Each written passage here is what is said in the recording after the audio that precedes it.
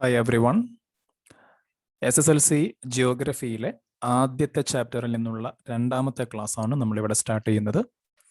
നമ്മുടെ യൂണിറ്റിൻ്റെ പേര്, ചാപ്റ്ററിൻ്റെ പേര് സീസൺസ് ആൻഡ് ടൈം എന്നതാണ്, ഋതുഭേദങ്ങളും സമയവും.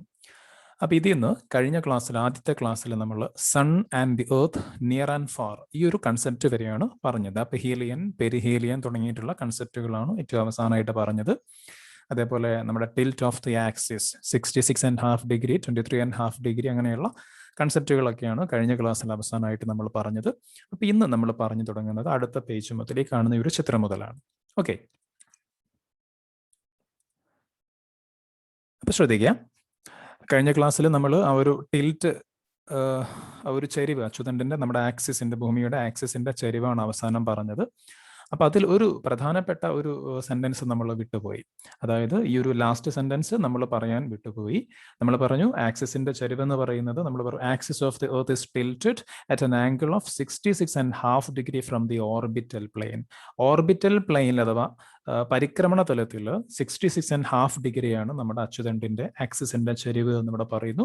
അതേപോലെ if measured from the vertical plane this would be 23.5 degree. അതായത് നമ്മൾ ലംബ തലത്തിൽ നോക്കുകയാണെങ്കിൽ, വെർട്ടിക്കൽ, ഞാൻ കഴിഞ്ഞ ക്ലാസ്സിൽ വരച്ച് കാണിച്ചിട്ടുണ്ടായിരുന്നു. ആ ക്ലാസ് കാണാത്തവരുണ്ടെങ്കിൽ ആ ക്ലാസ് കണ്ട ശേഷം മാത്രം ഈ രണ്ടാമത്തെ ക്ലാസ് കാണാൻ ശ്രമിക്കുക. അപ്പോൾ നമ്മൾ വെർട്ടിക്കൽ പ്ലെയിനിൽ നോക്കുകയാണെങ്കിൽ അച്യുതണ്ടിൻ്റെ ആക്സിസിൻ്റെ ആ ഒരു ടിൽറ്റ് എന്ന് പറയുന്നത്, ചരിവ് എന്ന് പറയുന്നത് എത്രയാണ്? 23.5 ഡിഗ്രിയാണ്. ഓക്കെ, സോ അടുത്ത സെൻറ്റൻസ് അവിടം വരെയാണ് നമ്മൾ പറഞ്ഞത്. അതിനുശേഷമുള്ള സെൻറ്റൻസ് നമ്മൾ എന്തോ വായിക്കാൻ വിട്ടുപോയി. അപ്പോൾ ആ ഒരു സെൻറ്റൻസ് വളരെ പ്രധാനപ്പെട്ടതാണ്, നമ്മളിവിടെ നോക്കുകയാണ്. The earth maintains this tilt throughout its revolution. This is known as parallelism of Earth's axis. എന്താ ഇവിടെ പറയുന്നത്? വളരെ ഇമ്പോർട്ടൻ്റ് ആണ്. നമ്മൾ പറഞ്ഞിട്ടുള്ള ഈ ഒരു അച്യുതണ്ടിൻ്റെ ചരിവുണ്ടല്ലോ, ഈ ഒരു ടിൽറ്റ് ഓഫ് ദി ആക്സിസ്, ആ ഒരു ടിൽറ്റ്, ആ ഒരു ചരിവ് നമ്മുടെ ഭൂമി എന്ത് ചെയ്യുന്നുണ്ട്? It maintains that tilt throughout its revolution. Okay, the earth maintains this tilt throughout its revolution. അതായത് അത് ഭൂമി നമ്മുടെ സൂര്യനെ ചുറ്റുന്ന ആ ഒരു കാലം മുഴുവൻ, ചുറ്റിക്കൊണ്ടിരിക്കുന്ന സമയം അത്രയും, ഈ 365 ദിവസവും എന്ത് ചെയ്യുന്നുണ്ട്? ആ ഒരു ചരിവ് നിലനിർത്തിക്കൊണ്ടാണ് ഭൂമി സൂര്യനെ വലയം ചെയ്യുന്നത്, സൂര്യനെ ചുറ്റുന്നത്. ആ ചരിവ്, ഭൂമിയുടെ ആ ഒരു ചരിവ് നിവരുന്നുണ്ടോ? ഒരിക്കലും നിവരുന്നില്ല. So the earth maintains its tilt throughout its revolution. ഭൂമി സൂര്യനെ ചുറ്റുന്ന ആ ഒരു കാലയളവിൽ, ആ ഒരു പരിക്രമണ കാലയളവിൽ മുഴുവൻ ഭൂമി അതിൻ്റെ ആ ഒരു ചരിവോട് കൂടിയാണ് കറങ്ങുന്നത്. And this is known as the parallelism of earth's axis. Parallelism of earth's axis, ഇതിനെ നമ്മൾ എന്താ വിളിക്കുന്നത്? അച്യുതണ്ടിന്റെ സമാന്തരത, നമ്മുടെ ഭൂമിയുടെ അച്യുതണ്ടിന്റെ സമാന്തരത എന്നാണ്, പാരലലിസം ഓഫ് എർത്ത്സ് ആക്സിസ് എന്നാണ് ഈ ഒരു സംഭവത്തെ നമ്മൾ വിളിക്കുന്നത്. ഓക്കെ, ഈ ഒരു ചരിവ് മെയിൻറ്റെയിൻ ചെയ്യുന്നുണ്ടല്ലോ ഭൂമി, നമ്മൾ പറഞ്ഞു ആ ഒരു ചരിവോട് കൂടിയാണ്, ആ ഒരു ടിൽറ്റോട് കൂടിയാണ് ഭൂമി സൂര്യനെ ചുറ്റുന്നത്. അപ്പോൾ ആ ഒരു സംഭവത്തെ നമ്മൾ എന്ത് വിളിക്കുന്നു? The parallelism of earth's axis, ഭൂമിയുടെ അച്യുതണ്ടിന്റെ സമാന്തരത എന്ന് വിളിക്കുന്നു. ഓക്കെ, വളരെ ഇമ്പോർട്ടൻ്റ് ആയിട്ടുള്ളൊരു ടേമാണ്. എന്തോ കാരണം കൊണ്ട് കഴിഞ്ഞ ക്ലാസ്സിൽ അത് വിട്ടുപോയി. എനിവേ, അപ്പോൾ അതിൻ്റെ തുടർച്ചയായിട്ടുള്ള കാര്യങ്ങളാണ് നമ്മൾ ഇന്നത്തെ രണ്ടാമത്തെ ക്ലാസ്സിൽ നമ്മൾ നോക്കുന്നത്. അപ്പോൾ അടുത്ത പേജിലേക്ക് പോകുമ്പോൾ ഇവിടെ ഒരു ചിത്രം കാണാൻ പറ്റും. ആ ചിത്രം നമ്മൾ ഡീറ്റെയിൽ ആയിട്ട് നോക്കുന്നതിന് മുമ്പ് താഴെയുള്ള സെൻറ്റൻസ് ഒന്ന് വായിച്ചിട്ട് നോക്കാം. Observe the parallelism of earth's axis from the diagram figure 1.2. Okay, ഈ ഒരു ചിത്രം എന്തിനെ ഇൻഡിക്കേറ്റ് ചെയ്യുന്നു? നമ്മളിപ്പം പറഞ്ഞൊരു കൺസെപ്റ്റ് ഉണ്ട്, പാരലലിസം ഓഫ് എർത്ത്സ് ആക്സിസ്, അച്യുതണ്ടിന്റെ സമാന്തരത. അപ്പൊ അതിനെ ഡെപിക്ട് ചെയ്യുന്ന ഒരു ചിത്രമാണ് ഇവിടെ കൊടുത്തിട്ടുള്ളത്.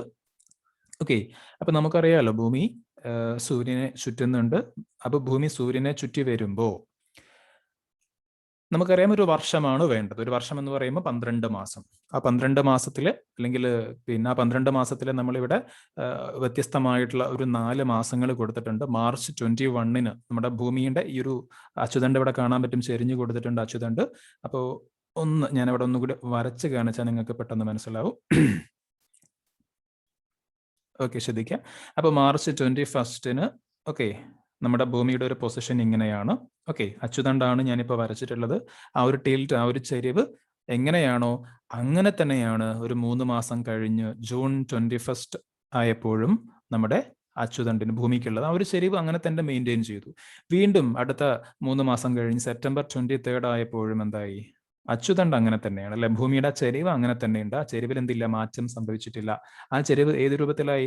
ഈ രൂപത്തിൽ ഞാൻ ഇവിടെ വരയ്ക്കാം. നേരെ ഓപ്പോസിറ്റ് ആയിട്ട് മാറി. അച്ചുതണ്ട് ഇങ്ങനെ വന്നോ? വന്നില്ല. ഇങ്ങനെ കുത്തനെ വന്നോ? അതും വന്നില്ല. അപ്പോൾ അച്ചുതണ്ടിന് അല്ലെങ്കിൽ ഭൂമിയുടെ ആ ചെരിവ് അങ്ങനെ തന്നെ മെയിൻറ്റെയിൻ ചെയ്തുകൊണ്ടാണ് ഭൂമി എന്ത് ചെയ്യുന്നത്, അതിന്റെ റവല്യൂഷൻ കംപ്ലീറ്റ് ചെയ്യുന്നത്. അങ്ങനെ വീണ്ടും 3 മാസം കഴിഞ്ഞ് ഡിസംബറിലേക്ക് ആയപ്പോഴും ആ ഒരു ചരിവ് അങ്ങനെ തന്നെ മെയിൻറ്റെയിൻ ചെയ്യുന്നു. അപ്പൊ ഞാനിവിടെ വരച്ചിട്ടുള്ള ഈ ഒരു ആക്സിസിന്റെ ആ ഒരു ചരിവ് നിങ്ങൾ നോക്കിയാൽ കാണാം ഒരേപോലെ തന്നെയാണ്. അപ്പോൾ നമ്മുടെ ഈ ഒരു റെവല്യൂഷൻ പീരീഡിൽ മുഴുവൻ ഭൂമി എന്ത് ചെയ്യുന്നുണ്ട്, അതിന്റെ ആ ഒരു ടിൽറ്റ് മെയിൻറ്റെയിൻ ചെയ്യുന്നുണ്ട്. അതിനെയാണ് നമ്മൾ എന്ത് വിളിക്കുന്നത്?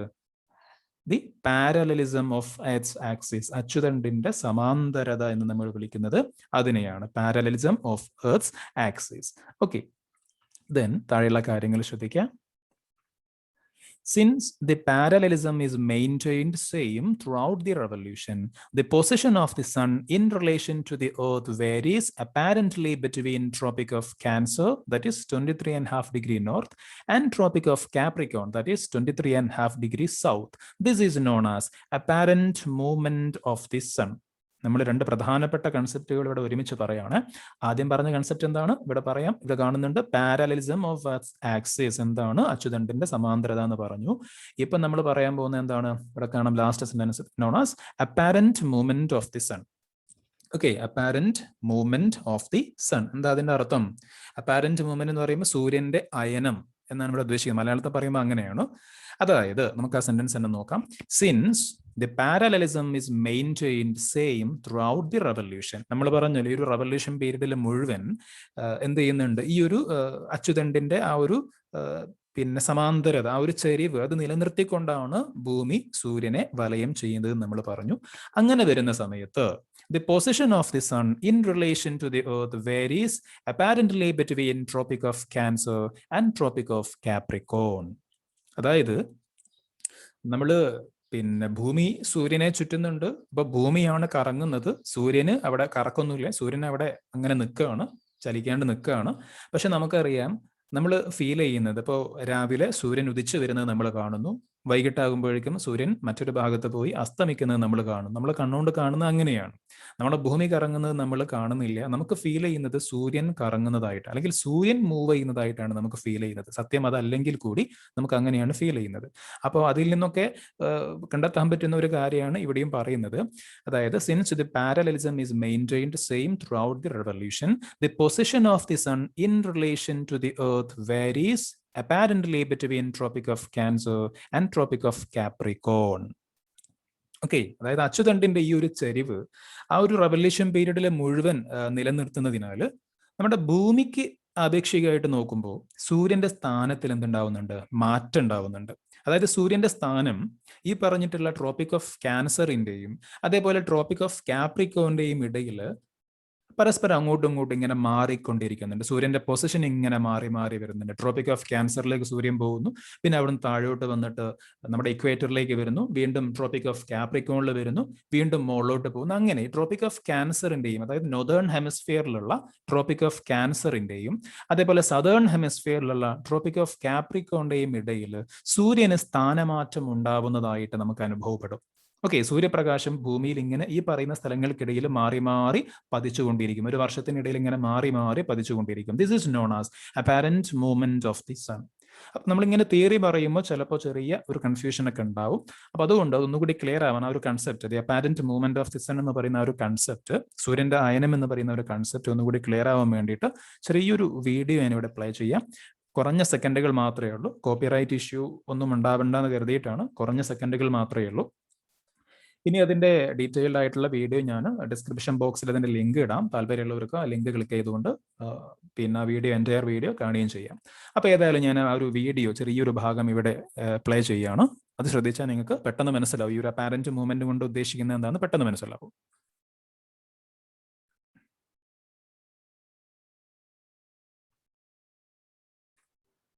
ഈ ഒരു വീഡിയോ നിങ്ങൾ ശരിക്ക് ശ്രദ്ധിക്കുക. ഇവിടെ നിങ്ങൾക്ക് കാണാൻ പറ്റും. ഓക്കെ, അതായത് നമ്മുടെ ഭൂമി ഇവിടെ നിൽക്കുന്നുണ്ട്, സൂര്യനാണ് ചലിക്കുന്നതായിട്ട് നമുക്ക് ഫീൽ ചെയ്യുന്നത്. ഓക്കെ, അതായത് ഈ കാണുന്ന രൂപത്തിൽ ഈ കാണുന്ന രൂപത്തിൽ സൂര്യന്റെ സ്ഥാനം ഈ താഴെ കാണുന്ന ട്രോപ്പിക് ഓഫ് കാപ്രിക്കോണിന്റെയും ട്രോപ്പിക് ഓഫ് ക്യാൻസറിന്റെയും ഇടയിൽ. ഓക്കെ, ഒന്നും കൂടി ശ്രദ്ധിക്കാം. ഓക്കെ, ട്രോപ്പിക് ഓഫ് ക്യാൻസറിൽ നിന്ന് ട്രോപ്പിക് ഓഫ് കാപ്രിക്കോണിലേക്ക്, തിരിച്ചതേപോലെ ട്രോപ്പിക് ഓഫ് ക്യാൻസറിലേക്ക്, ഇങ്ങനെ ഈ ഒരു രണ്ട് പ്രധാനപ്പെട്ട ലാറ്റിറ്റ്യൂഡ്സിന് ഇടയിലായിട്ട് സൂര്യന് ആപേക്ഷികമായിട്ട്, ഭൂമിയായിട്ട് നോക്കുമ്പോൾ ആപേക്ഷികമായിട്ടുള്ള ഒരു സ്ഥാനമാറ്റം ഉണ്ടാവുന്നുണ്ട്. ഇതിനെയാണ് നമ്മൾ എന്ത് വിളിക്കുന്നത്? ഈ ഒരു മൂവ്മെന്റിനെയാണ് നമ്മൾ എന്ത് വിളിക്കുന്നത്? നമ്മൾ apparent movement of the sun, സൂര്യന്റെ അയനം എന്നൊക്കെ നമ്മൾ വിളിക്കുന്നത് ഈ ഒരു സംഭവത്തെയാണ്.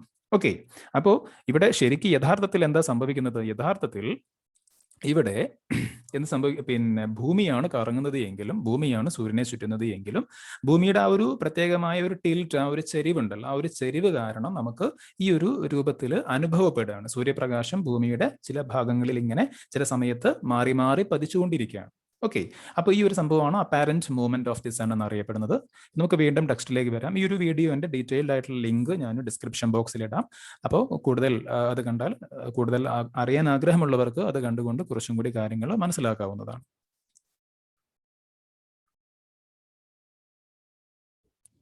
ഓക്കെ, അപ്പോൾ ഒരു വീഡിയോ കണ്ടതിന്റെ അടിസ്ഥാനത്തിൽ കുറച്ചും കൂടി കാര്യങ്ങൾ ക്ലിയർ ആയിട്ടുണ്ടാവും. അപ്പോൾ ഒന്നും കൂടി ആ സെന്റൻസ് നമുക്ക് നോക്കാം. Since the parallelism is maintained same throughout the revolution, the position of the sun in relation to the position of sun in relation to the earth varies apparently between tropic of Cancer and tropic of Capricorn. This is known as the apparent movement of the sun. Okay, അപ്പോൾ ഈ പറഞ്ഞ tropic of ക്യാൻസറും അതേപോലെ tropic of കാപ്രിക്കോണും ഒക്കെ നമ്മൾ ചെറിയ ക്ലാസ്സിലെ മനസ്സിലാക്കിയിട്ടുള്ള കൺസെപ്റ്റുകളാണ്. കഴിഞ്ഞ ക്ലാസ്സിൽ നമ്മൾ പറഞ്ഞിട്ടുണ്ട്. ഈ ഒരു പേജിൽ, ഈ ഒരു ചിത്രത്തിൽ നിങ്ങൾക്ക് കാണാനും പറ്റും. ഇവിടെ കാണാം ട്രോപ്പിക് ഓഫ് ക്യാൻസർ എന്ന് പറയുന്നത്, ഇവിടെ കാണാം ട്രോപ്പിക് ഓഫ് ക്യാൻസർ, അതേപോലെ താഴെ കാണാം ട്രോപ്പിക് ഓഫ് കാപ്രിക്കോൺ. അപ്പോൾ സൂര്യപ്രകാശം ഈ രണ്ട് ലാറ്റിറ്റ്യൂഡ്സിന് ഇടയിലായിട്ട് ഇങ്ങനെ അങ്ങോട്ടും ഇങ്ങോട്ടും മുകളിലോട്ടും താഴോട്ടും ഇങ്ങനെ മൂവ് ചെയ്തുകൊണ്ടിരിക്കും. അത് സൂര്യപ്രകാശത്തിൽ അല്ലെങ്കിൽ സൂര്യൻ മൂവ് ചെയ്യുന്നത് കൊണ്ടല്ല, നമ്മുടെ ഭൂമി ഈ ഒരു ചരിവോടുകൂടി ഇങ്ങനെ കറങ്ങുന്നത് കൊണ്ടാണ് നമുക്ക് അങ്ങനെ ഫീൽ ചെയ്യുന്നത്. ഓക്കെ, അപ്പൊ അതിനെ വിളിക്കുന്ന പേരാണ് the apparent movement of the sun. ശരിക്ക് മൂവ്മെന്റ് സണ്ണിൻ്റെതല്ല, ഭൂമിയുടേതാണ്. പക്ഷെ നമ്മൾ വിളിക്കുന്നത് apparent movement of the sun എന്നാണ്. Okay, the apparent movement of the sun due to the inclination of axis is the reason for the occurrence of seasons. വളരെ important ആയിട്ടുള്ള ഒരു പോയിന്റ് ആണ്. എന്താ പറയുന്നത്? The apparent movement of the sun.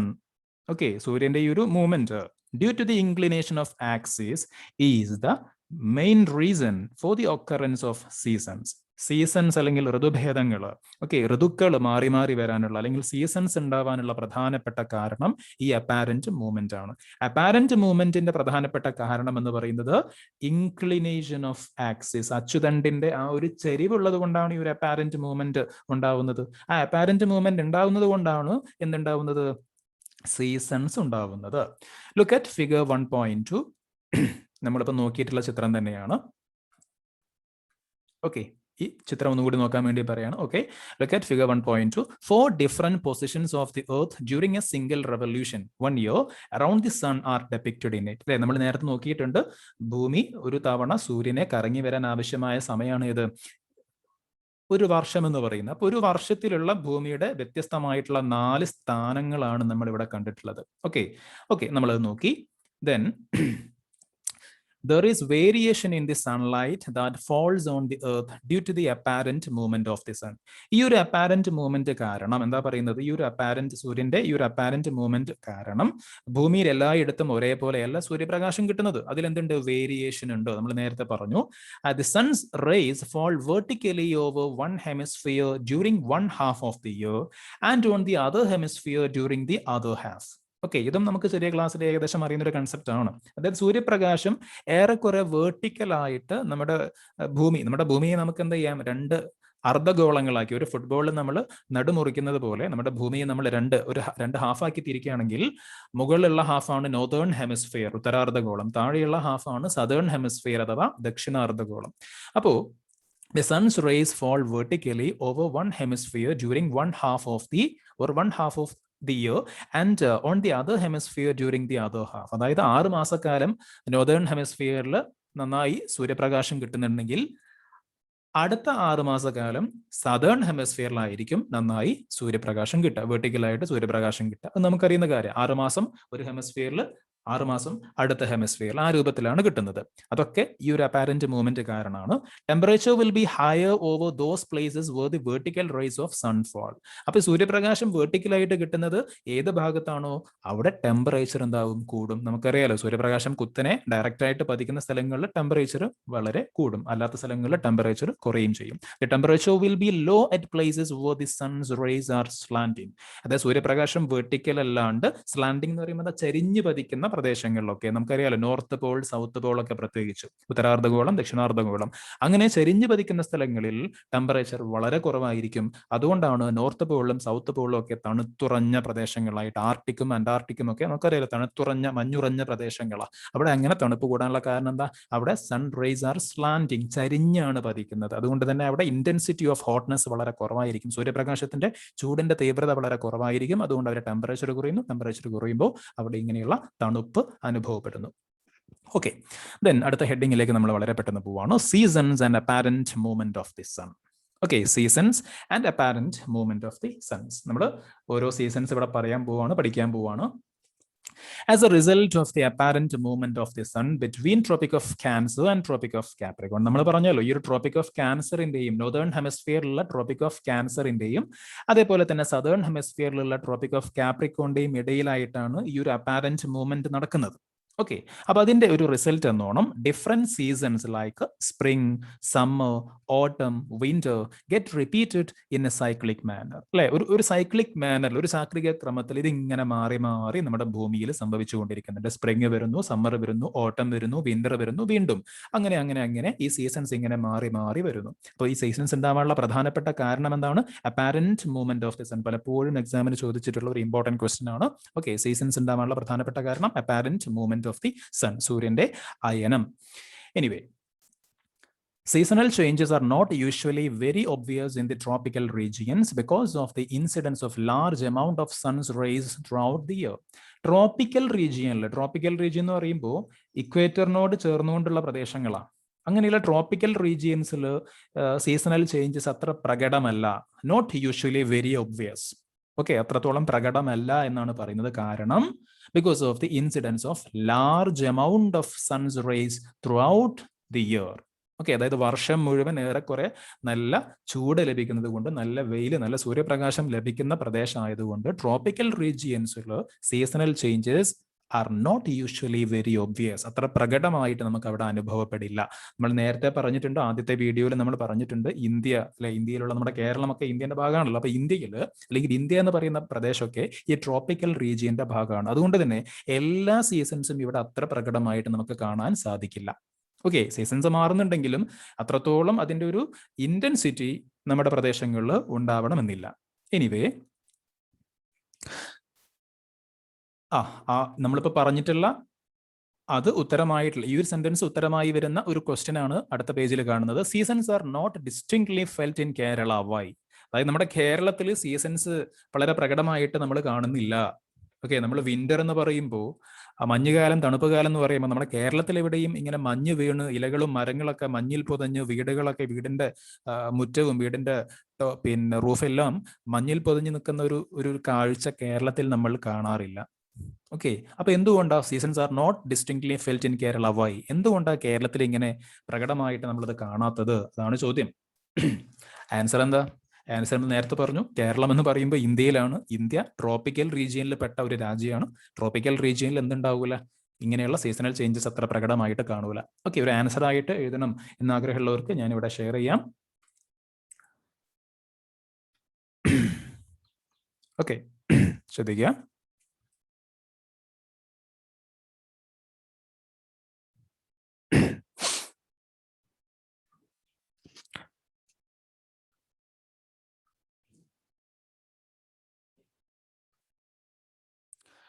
Okay, അതിന്റെ answer ആയിട്ട് എഴുതിയെടുക്കണം എന്നുള്ളവർക്ക് എന്ത് ചെയ്യാം? ഈ ഒരു സ്ക്രീനിൽ കാണുന്ന കാര്യം എഴുതിയെടുക്കാം. Kerala is a part of tropical region. Seasonal changes are not usually very obvious in the tropical regions because of the incidence of a large amount of sun's rays throughout the year. That's why seasons are not distinctly felt in Kerala. നമ്മൾ നേരത്തെ പറഞ്ഞ അതേ sentence ആണ്. Keralam tropical റീജിയന്റെ ഭാഗമാണ്. അതുകൊണ്ട് തന്നെ ഇങ്ങനെയുള്ള tropical റീജിയൻസിൽ എന്തുണ്ടാവുന്നില്ല? സൂര്യപ്രകാശം ശക്തമായി ലഭിക്കുന്നത് കൊണ്ട് സീസണൽ ചേഞ്ചസ് അത്ര പ്രകടമായിട്ട് അനുഭവപ്പെടുന്നില്ല. അതുകൊണ്ടാണ് കേരളത്തിൽ ഇങ്ങനെയുള്ള സീസണൽ ചേഞ്ചസ് പ്രകടമായിട്ട് നമ്മൾ കാണാത്തത്. ഓക്കെ, ആൻസർ കിട്ടിയെന്ന് വിചാരിക്കുന്നു. Characteristics of different seasons are clearly felt in the mid-latitudinal or temperate zone. അപ്പോൾ കേരളം ഉൾപ്പെടെയുള്ള അല്ലെങ്കിൽ കേരളം ഉൾപ്പെടുന്ന ട്രോപ്പിക്കൽ റീജിയനിൽ ഇങ്ങനെയുള്ള സീസണൽ ചേഞ്ചസ് അത്ര പ്രകടമായിട്ട് കാണുന്നില്ല എന്ന് പറഞ്ഞു. പിന്നെ എവിടെയാ കാണുക? അത് നമ്മൾ ഈ ഒരു യൂണിറ്റിന്റെ ആദ്യത്തെ ക്ലാസ്സിൽ ഫസ്റ്റ് പേജിൽ തന്നെ നമ്മൾ മെൻഷൻ ചെയ്തിട്ടുണ്ട്. മിഡ് ലാറ്റിറ്റ്യൂഡിനൽ സോൺ, അങ്ങനെ ഒരു ടേം നമ്മൾ മെൻഷൻ ചെയ്തിരുന്നു. അപ്പോൾ ഈ mid latitudinal or temperate zone, ആ ഒരു മേഖലയിലാണ്, അങ്ങനെയുള്ള പ്രദേശങ്ങളിലാണ് ഈ സീസണൽ ചേഞ്ചസ് വളരെ ക്ലിയർ ആയിട്ട് അല്ലെങ്കിൽ വളരെ പ്രകടമായിട്ട് അനുഭവപ്പെടുന്നത്. അപ്പോൾ ഈ ഏതാണ് ഈ mid latitudinal or temperate zone? ശ്രദ്ധിക്കുക, അതും കൂടി ഒന്ന് മാർക്ക് ചെയ്യാണ്. Characteristics of different seasons R clearly felt in mid latitudinal or temperate zone. അല്ലെ, മിഡ് ലാറ്റിറ്റ്യൂഡിനൽ ഓർ ടെമ്പറേറ്റ് സോൺസിലാണ് ഇങ്ങനെയുള്ള സീസൺസ് ഒക്കെ വളരെ പ്രകടമായിട്ട് നമ്മൾ അനുഭവപ്പെടുന്നത്. ഇവിടെ ഞാൻ ഷെയർ ചെയ്യുന്നുണ്ട്. 23.5 degree to 66.5 degree north and south latitudes, അതായത് നോർത്തേൺ ഹെമിസ്ഫിയറിലും സദേൺ ഹെമിസ്ഫിയറിലും ഇവിടെ കൊടുത്തിട്ടുള്ള ഈ ഒരു ലാറ്റിറ്റ്യൂഡ്സിന് ഇടയിലായിട്ടുള്ള പ്രദേശം, അതാണ് മിഡ് ലാറ്റിറ്റ്യൂഡിനൽ സോൺ, അതല്ലെങ്കിൽ ടെമ്പറേറ്റ് സോൺ എന്നറിയപ്പെടുന്നത്. ഓക്കെ, നോർത്തേൺ ഹെമിസ്ഫിയറിൽ 23.5 ഡിഗ്രി ടു 66.5 ഡിഗ്രി, അതേപോലെ സദേൺ ഹെമിസ്ഫിയറിലും ഈ പറയുന്ന ഒരു ഡിഗ്രി അളവ്, ഇതിനിടയിലുള്ള ആ ഒരു ലാറ്റിറ്റ്യൂഡിനൽ ഏരിയ, ഓക്കെ, അങ്ങനെയുള്ള ആ ഒരു പ്രദേശത്താണ് സീസണൽ ചേഞ്ചസ് വളരെ പ്രകടമായിട്ട് നമുക്ക് കാണാൻ സാധിക്കാം. വീണ്ടും മറ്റൊരു ക്വസ്റ്റ്യൻ ഇവിടെ കാണാം. The frigid zones do not experience all the seasons, discuss the reason. Frigid zone എന്ന് പറയുമ്പോൾ ഈ മഞ്ഞുമൂടിയ തണുത്തുറഞ്ഞ പ്രദേശം എന്നൊക്കെ അർത്ഥം. ഓക്കെ, അപ്പൊ അങ്ങനെയുള്ള തണുപ്പ് കൂടിയ പ്രദേശങ്ങൾ ഇവിടെ ഉദ്ദേശിക്കുന്നത് നോർത്ത് പോളും സൗത്ത് പോളും ആണ്, ഉത്തരാർദ്ധഗോളവും ദക്ഷിണാർദ്ധഗോളവും അങ്ങനെയുള്ള പ്രദേശങ്ങളോട് ചേർന്ന ഭാഗങ്ങളാണ്. അപ്പൊ അവിടെയും ഇങ്ങനെയുള്ള സീസൺസ്, എല്ലാ സീസൺസും അവിടെയും അനുഭവപ്പെടുന്നില്ല. അതിനുള്ള കാരണം ചോദിക്കുകയാണ്. ഓക്കെ, അപ്പൊ അതിനുള്ള കാരണം എന്താ, ഞാനിവിടെ ഷെയർ ചെയ്യാം. This is because it is the extremes of Earth where there is no proper sunlight, so the frigid zones do not experience some of the seasons.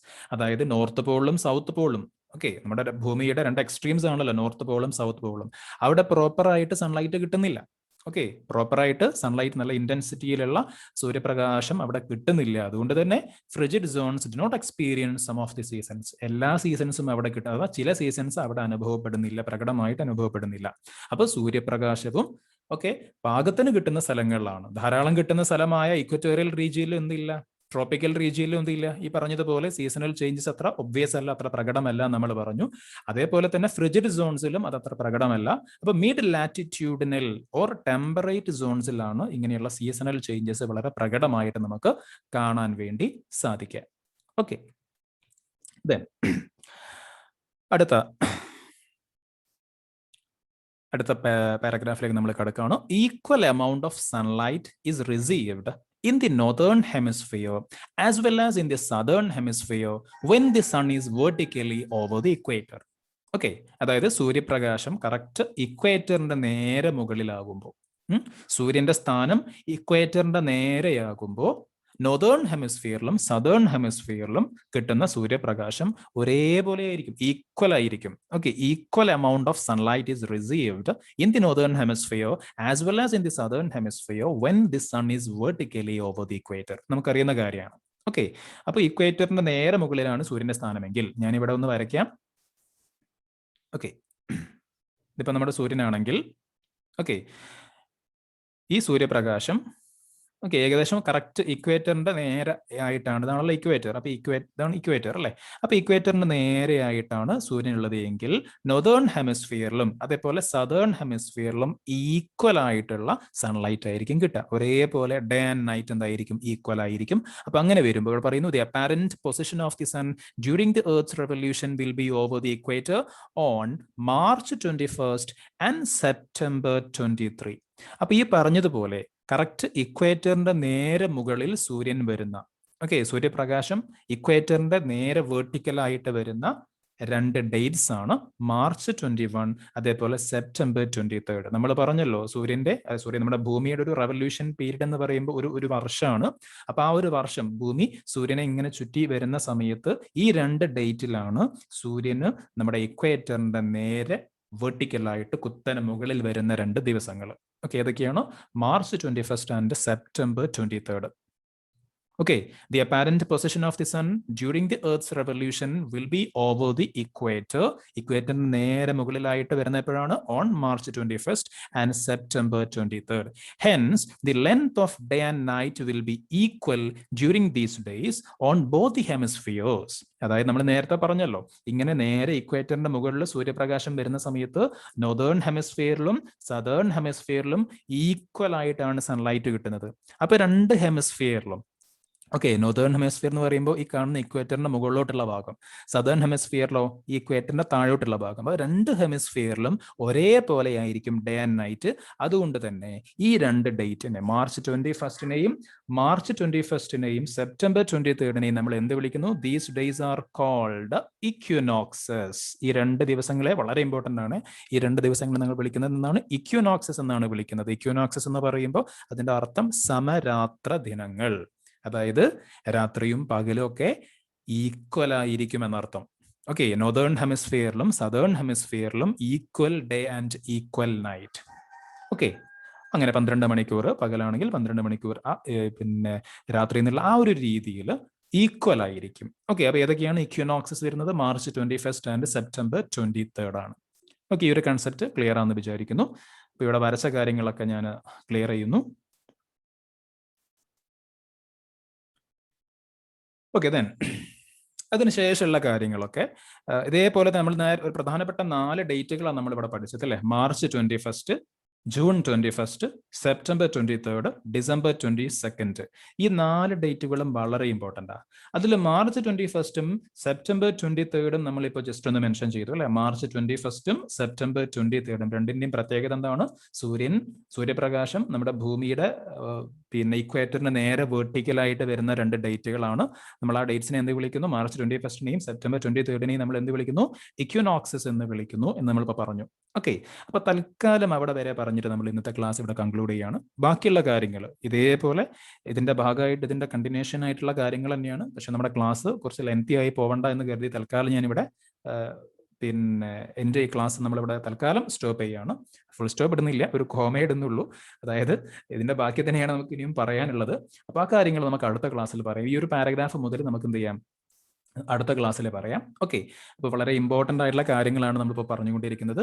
അതുകൊണ്ട് തന്നെ സംശയങ്ങൾ എന്തെങ്കിലും ഉണ്ടെങ്കിൽ താഴെ നിങ്ങൾക്ക് ചോദിക്കാവുന്നതാണ്. എനിവേ നമ്മളിവിടെ കൺക്ലൂഡ് ചെയ്യുന്നു. അപ്പോൾ ഈ രണ്ട് ഡേറ്റ്സ് മറന്നു പോകണ്ട, മാർച്ച് 21 ആൻഡ് സെപ്റ്റംബർ 23. രണ്ടിനെയും പ്രത്യേകത, ദീസ് ഡേയ്സ് ആർ കോൾഡ് ഇക്വിനോക്സസ്, സമരാത്ര ദിനങ്ങൾ എന്നാണ് ഈ രണ്ട് ദിവസങ്ങൾ അറിയപ്പെടുന്നത്. Okay, thank you.